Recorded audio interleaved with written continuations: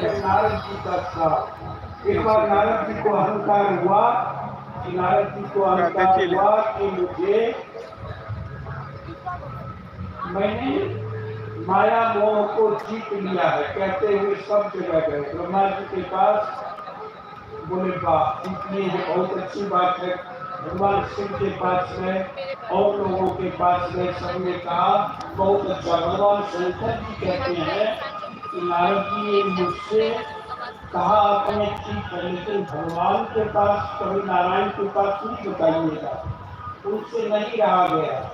कभी कभी लोग जब कुछ सिद्धि कुछ चीज पा लेते हैं जीवन में कुछ विशेषता तो चाहते हैं कि मैंने सब कुछ पा लिया।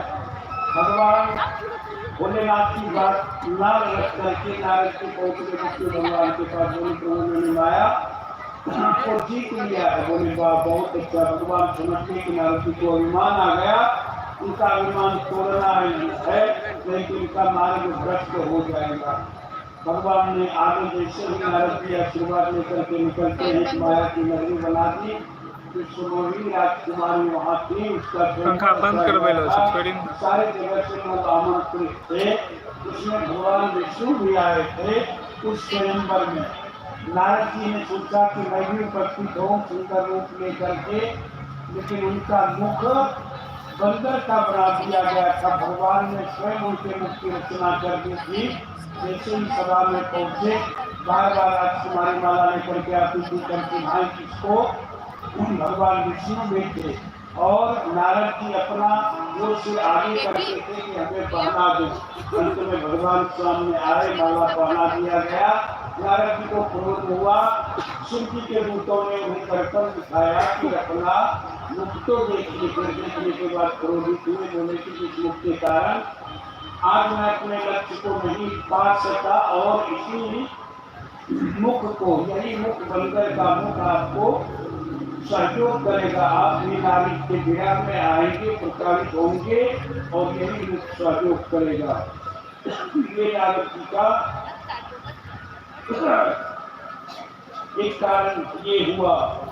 और फिर अंत में दूसरा कारण मानस में चर्चा आती है मनुष्य शत्रुपा का तप और वरदान कि मनुष्य शत्रुपा ने तप किया कि हे प्रभु मेरे घर आप प्रकट होइए, अवतार लीजिए। दोनों की प्रार्थना पर भगवान अवतार लेते हैं। आगे राजा भानु प्रताप की कथा है। भानु प्रताप की कथा तो संपूर्ण कथा है, विस्तृत कथा है और अनेक गुण भाव रहस्य। वहाँ राजा थे, उनके पुत्र थे भानु प्रताप और अरिमर्दन और उनके मंत्री का नाम था धर्मरुचि। का राज्य था। शासन करते करते एक दिन इच्छा हुई जंगल शिकार करने के लिए गए। बहुत दूर जब निकल गए जंगली के वन में मिल जाए कोई पर्वत के वन में तो जाने पर प्यास लगी, जल चारों तरफ कहीं जल नहीं मिला। अंत में पहुंचते हैं एक ऋषि के आश्रम में। वो ऋषि वो मुनि कपटी मुनि था और जंगल में एक कुटी बना करके रहा करते थे।